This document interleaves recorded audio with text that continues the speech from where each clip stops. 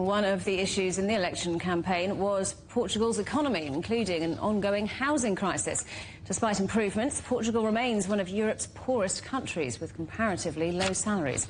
Let's talk now to Paulo Pereira, who's Professor of Economics at the University of Lisbon. Welcome to the programme. Good to see you.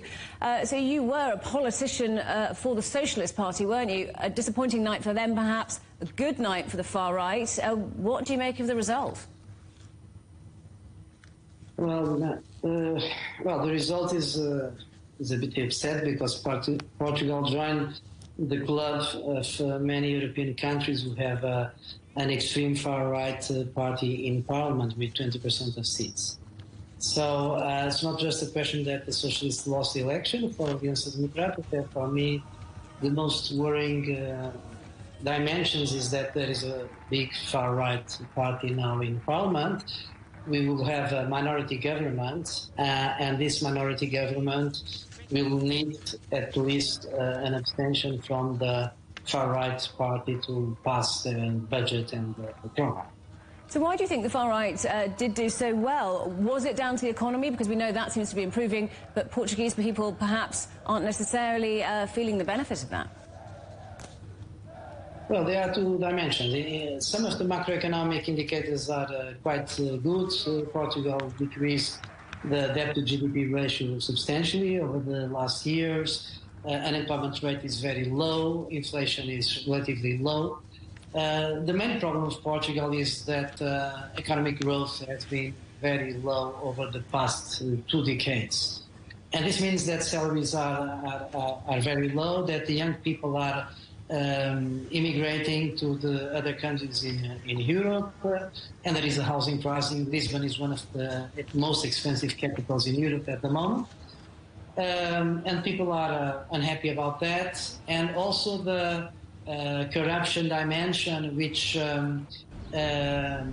let's say this socialist government went down because corruption allegations, but these allegations have no substance so far, and I imagine that they will not have substance. But the fact is that there was a suspicion, and the Prime Minister decided to resign. It was his decision, and the President has decided to have elections.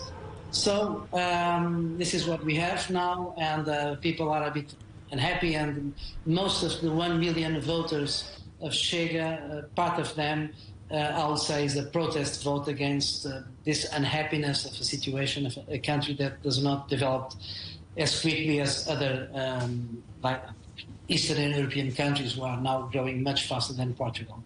So we don't know yet what shape the new government will take, but what do they have to do to put this right? What will their priorities be? Well, Democratic Alliance made a macroeconomic scenario which, from my point of view, is very optimistic because they support a decrease in corporate income tax, 2 percentage points every year over the next years, and they believe that this will be enough to put Portugal growing much faster and to reach more than 3% of growth in the end of the legislature. Now we are growing at 2%. It's higher than the average European Union, let's say. It's higher, but it's not very much. Is this enough, decreasing the corporate income tax to put Portugal to grow again? I don't believe that, but I think they believe. But I hope they will manage to think about other measures to promote growth. Of course, tourism is still boosting economic growth at the moment in Portugal, and this is one of the reasons Portugal is growing more than other European countries. But I'm sure they will need much more than decrease the corporate income tax so that Portugal starts growing faster than it did in the past.